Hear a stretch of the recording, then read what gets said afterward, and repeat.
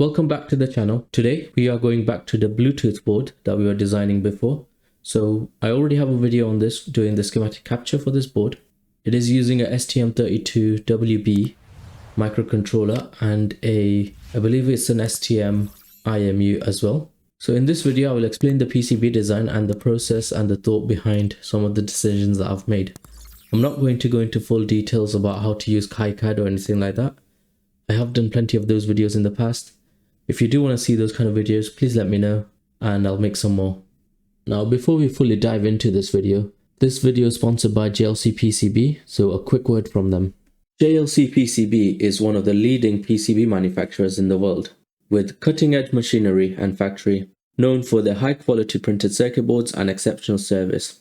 I've used JLCPCB many times in the past for my personal work and for professional work, and the quality has always been exceptional. So whether you're a hobbyist, a student, or a professional engineer, JLCPCB has everything you need to bring your electronics projects to life. They offer a wide range of PCB options from single layer to multi-layer boards, all at incredibly affordable prices. They offer quick turnaround times so you can get your assembled boards in just a few days. Plus, they always seem to have a discount on your first order. Each board goes through rigorous testing to ensure you get the best possible product. So if you're looking for a reliable, affordable PCB manufacturer, so visit JLCPCB.com and bring your electronic ideas to life. So before we move away from JLCPCB, let me just quickly show you how to order a PCB from their website. So I'm going to use the Bluetooth board that we're discussing in this video to show you how we can go about ordering a PCB. So what you need first of all is the Gerber files from your PCB. I'll show you later on how to generate them on KiCAD. So what I'm going to do is upload the Gerber files in a zip format to JLCPCB. JLCPCB will basically scan the files and try to make sense of it. If the files are correct, you'll see a preview of the PCB and it should look like the PCB that you've designed, obviously. It will also pull in your dimensions. There are a ton of customization options. So if you want your PCB in different colors or if you want different materials, then you can do so. If you want different thicknesses for the PCB, that's also possible. Different copper weights, obviously.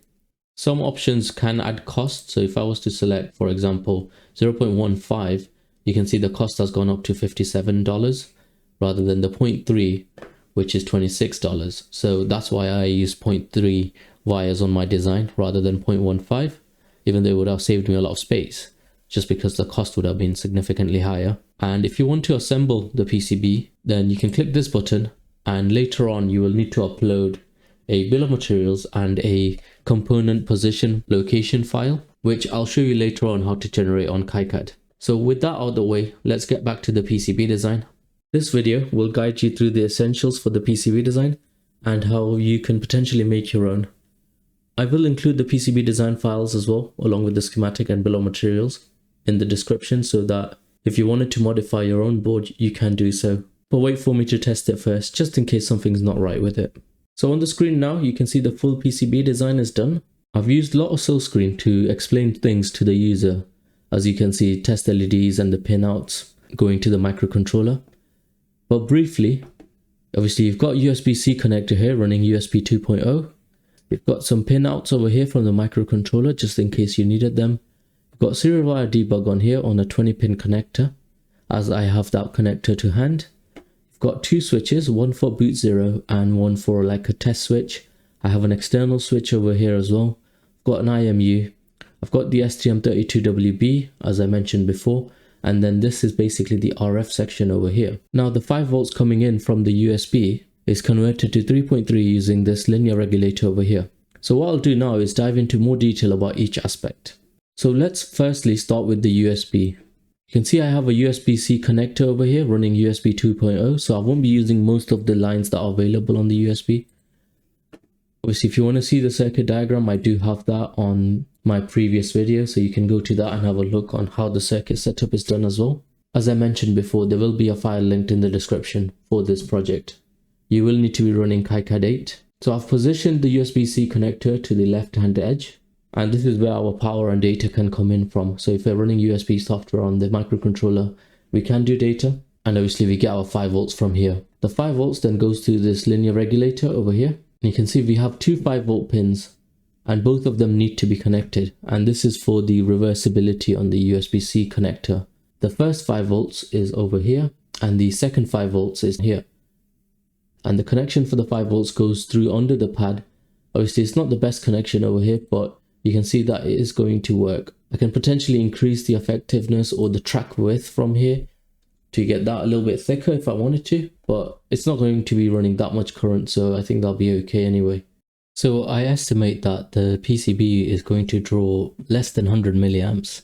So we can go to this calculator tool on KiCAD and calculate the track width that we need in order to get that much current without causing too much of a temperature rise. So in order to do that, what you need to do is press the calculator button down here, click track width. So we are running 0.1 of an amp. I'm just gonna degrade that, I guess, if that's the right word, to 200 milliamps just to be on the safe side, and I'm going to say a acceptable temperature rise is 10 degrees, and the maximum conductor length 70 should be sufficient because that's the size of my board.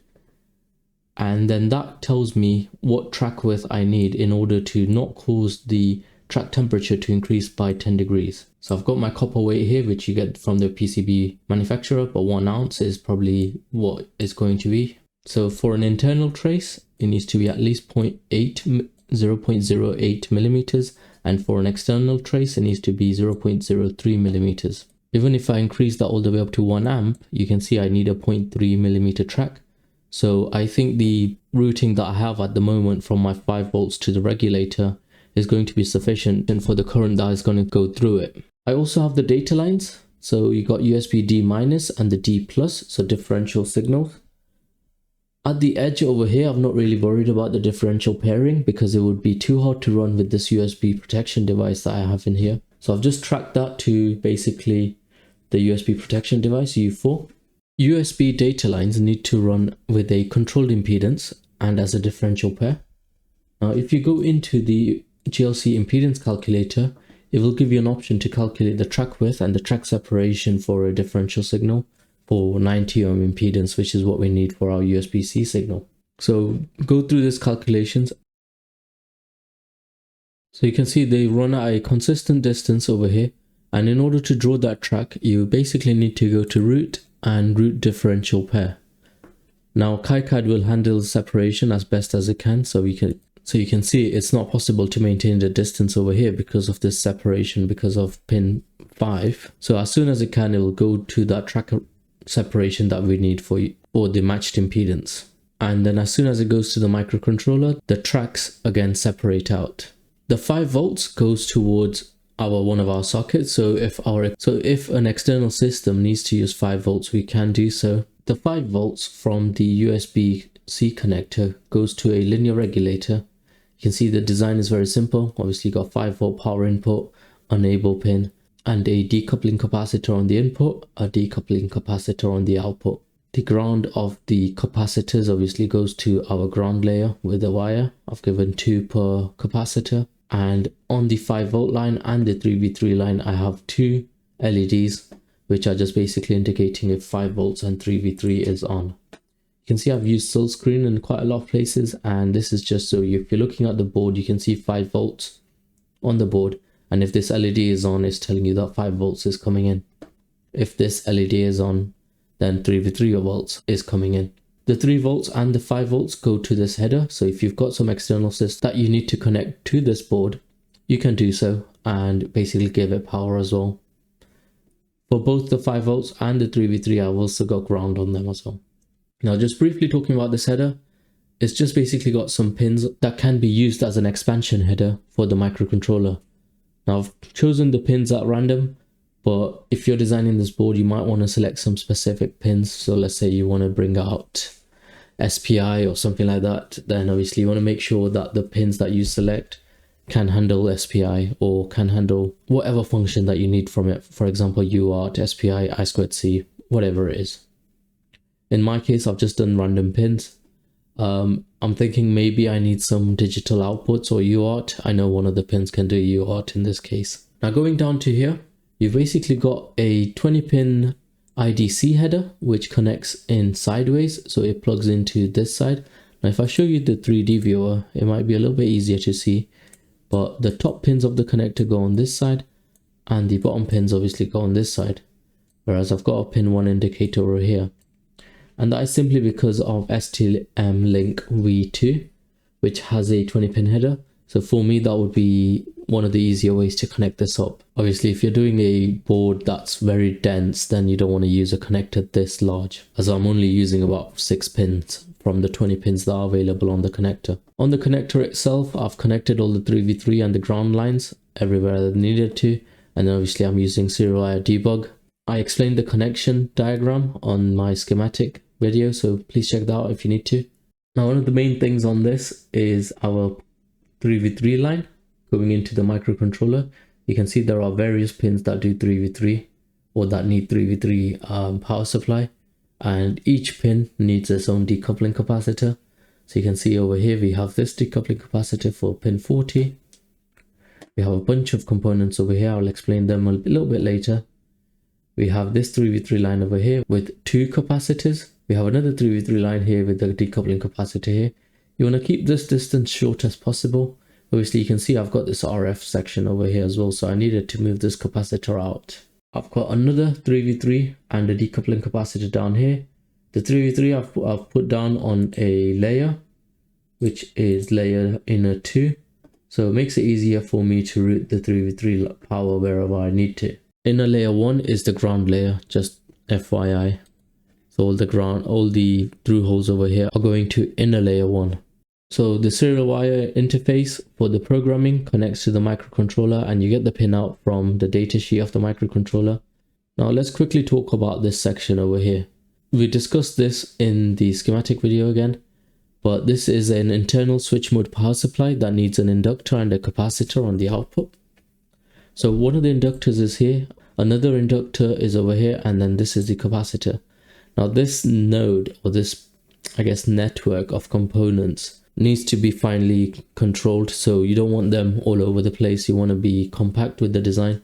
So I've tried to make it as compact as I can. Obviously we'll see if this design works. I don't foresee any issues with this, but so I think it'll be okay.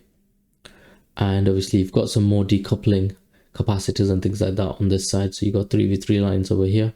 Now the decoupling network is defined by the datasheet. So if I just quickly show you the schematic. If you go to the STM32WB 55 datasheet, page 82, it gives you the decoupling configuration. Now what it tells you is you need a big capacitor on pin 34. So that's VDD switch mode power supply. And that's what I've got over here. So 4.7 microfarad capacitor. So pin 34 is basically for our internal switch mode power supply. Hence why we have this extra capacitor over here. Now this capacitor is just a bank capacitor. So it's a large value 10 microfarad capacitor that I've placed close as possible to the microcontroller. And it supports all the decoupling network basically. As we are on the microcontroller, let's talk about some of the other things that are to do with the microcontroller only. So we spoke about the decoupling, the serial wire interface or the programming interface, the switch mode power supply, the USB coming in over here. So what we have on this board is 2 crystals. So we have a 32 kilohertz crystal. This is for the RTC basically. And we have a 32 megahertz crystal. The routing for this is very important as it can affect the performance of the microcontroller. There is an application note for calculating load impedances for crystals like this I think it's from STM, but I'll link it in the description for this video, and how best to do the PCB design as well. I think this will be okay in terms of, I've got the decoupling capacitors first and then I've got my crystal afterwards. The decoupling capacitors go to ground with wires. I've given 2 per capacitor. So this is the 32 kilohertz crystal, and then we have the high frequency crystal on this side, which is 32 megahertz. Again, similar sort of thing. The pins first go to a capacitor and then to the crystal. That's just the way I've done my design. I think if it was the other way around, I do believe it would still work. And then obviously I've got some grounding pads for all the different ground connections that are available on the crystal itself. Now let's quickly talk about the IMU that I'm using on this board. So for the IMU, we have a lot of decoupling capacitors and things like that on here. So obviously we have our 4.7 microfarad capacitor, which is recommended from the data sheet of this component. The component I'm using is LiS2DH12TR. Then I've got two 100 nanofarad capacitors, so your standard decoupling capacitors. So let's quickly look at the decoupling on the PCB first. So you can see I've got my 3v3 line on pin 9 and pin 10, which is down over here. So I've got my first decoupling capacitor. Obviously I've tried to keep it as close as possible, and then a wire to the 3v3 layer, and then obviously I'm grounding it through wires as well to the inner layer 1 ground. Pin 9, obviously I again tried to keep the capacitors as close as possible to the pin, and then I have one wire for the 3v3. I did consider adding more, and I think there is space to add more, so maybe you can add a few more wires over here, but I think this will be okay. And then obviously the capacitors are connected to ground. The port itself, I'm using I2C communication to talk with it. So in that case, we don't need chip select, and we need to make that connected to 3v3 or pulled up to 3v3, which is what I'm doing with R5. So in terms of PCB design, obviously that's quite simple, and you can have this R5 component far away if you need to. Pull-up resistors R3 and R4 are required for I2C. Now I couldn't find a recommended value from the datasheet of the component itself, but since I was using 5K11 everywhere in my design, I've basically gone with 5K11 for now. I think anything between 2K and 10K you're generally okay, but obviously you need to be careful. So if this doesn't work, I can play around with this value to get it to work properly. I do have some oscilloscopes, so I'll be able to look at the data lines to make sure that the rise times and everything are good. There's no ringing or anything like that. In terms of the PCB design, I've got my two pull-up resistors down here. So you see they go to 3v3, and I've added some test points on this, as you can see, so SDA and SCL. So this is basically, so if I need to test this with my oscilloscope, I can do so. And when I actually do my build up, and when I build this board and I do the software for it, I'll show you what the waveforms look like for the I2C and what effect these capacitors have on the I2C signal as well. I think that'll be a good thing to look at. So then simply they just go to the microcontroller pin. There's not a lot of distance, so that should be okay. So that's basically the IMU. Now if you go to the IMU datasheet, obviously it has an XY orientation, so I've just added some silk screen on here to help the user of this board figure that out, so they don't have to reference the datasheet for simple stuff. The switches are quite simple, you know, they're pulled up, and if you press the switch, it gets pulled to ground, and then they go to some of the input pins on the microcontroller, which I've decided with STM Cube. Again, I've added some test points just in case I need to see what, if the switch is working but the microcontroller is not responding, then I can attach some wires to these test points or attach some probes to them, just in case. Another thing I like to have on my boards, and I think is quite a generally accepted practice on development boards anyway, is an LED.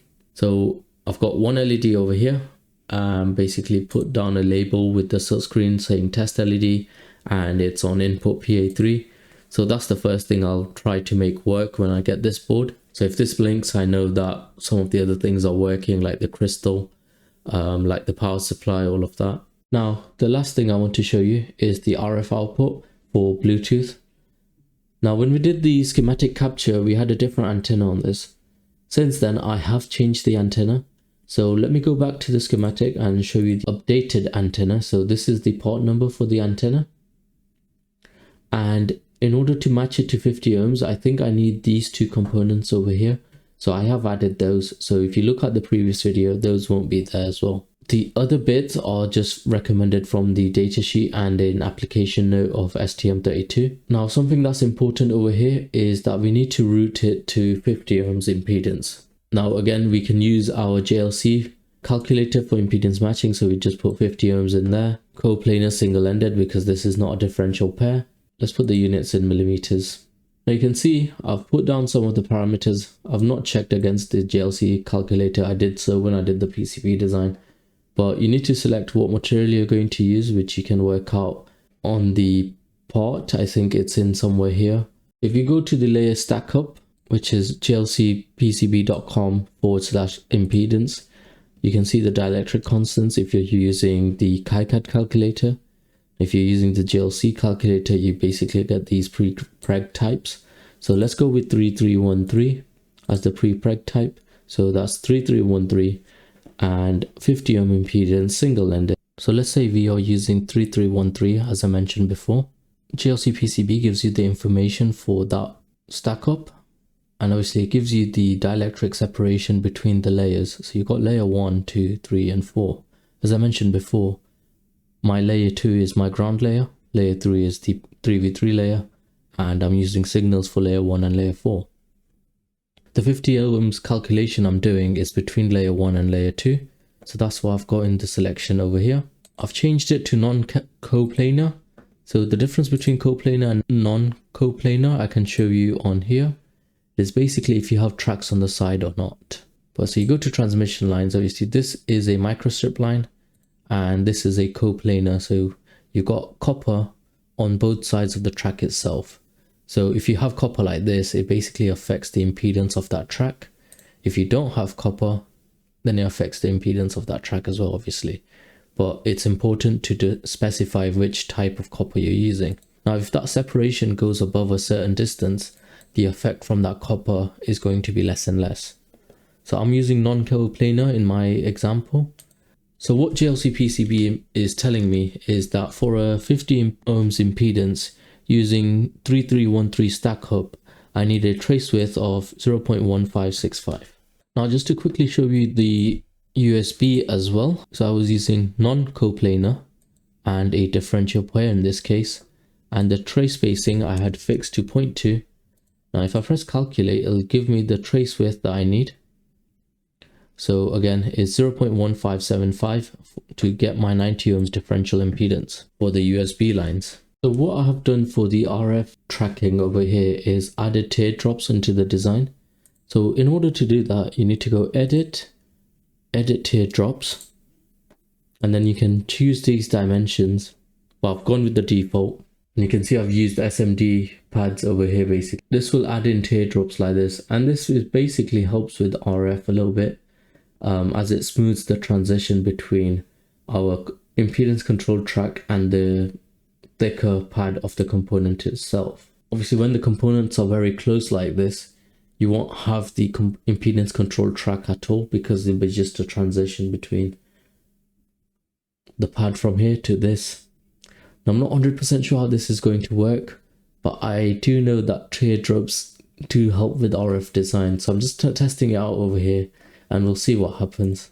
You can see over here it's gone to a slightly different design, and that is because I've basically forgotten about it. Now I had to slightly change the design over here, but you can see I've got a 50 ohms controlled impedance track and some teardrops on here. Now these two components are basically for matching the antenna to the rest of the design.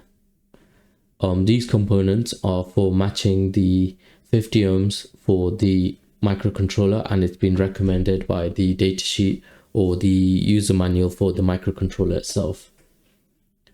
This antenna I gave you the part number for. This components over here, in terms of the antenna itself, obviously it's very easy to place on. You do need these components and they do affect the performance of the antenna.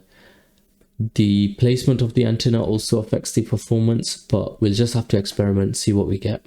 Unfortunately, I don't have an RF analyzer or anything like that, so it's going to be a little bit tricky, but if it works, that'll be great, which I think it will. Now, in terms of just the board design, I've just added a lot of cutout silk screens, so knockout silk screens. I think they just look neat and make it easier to read. So that is basically the PCB design for this. At some point, I can upload how to track this fully, but I think would be too long of a video. So if you think that will be useful, please let me know in the comment sections and I'll do that at some point. Maybe I'll do it as a live stream. So it's a little bit more interactive. But that is the PCB design for my Bluetooth and IMU board with USB-C as input power and Bluetooth antenna. The reason I'm doing this board is because I want to play around with an IMU, see how it works. So I think it'll be fun, and I can make some videos for my YouTube channel. So that'll be great. Hopefully the board works. I mean, I don't mind doing another iteration as well. So I expect there will be some mistakes. So that is all I have to share with you for today in terms of the PCB design. But what I will do now is just show you how we can order this board on JLCPCB. So in order to order PCBs from JLC, first of all, you'll need obviously a finalized design. You can see you also need an edge layer, as that defines the outline of the board. We've been through this on various other videos, but if you do need a hand, let me know and I'll respond to you in the comment section.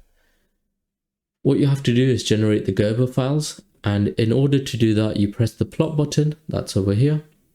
You select all your relevant layers. So in this case, I've got a 4-layer board. So the 4 copper layers, obviously the pastes, the silk screens, the mask, and the edge cut is what I'm selecting over here. And then you press the plot button. Another thing you need is the drill file, which tells the software or the manufacturing house where to place the drill holes and what size they are. In order to do that, you just press the generate drill hole button and you get this user interface. Just press generate drill file and close it. So I've already done that, so I'm not going to be doing it again. So this is my PCB project folder for KiCAD. And when I generate manufacturing files, I like to have a folder by itself. We can call it manufacturing files, Gerbers, whatever. It's up to you.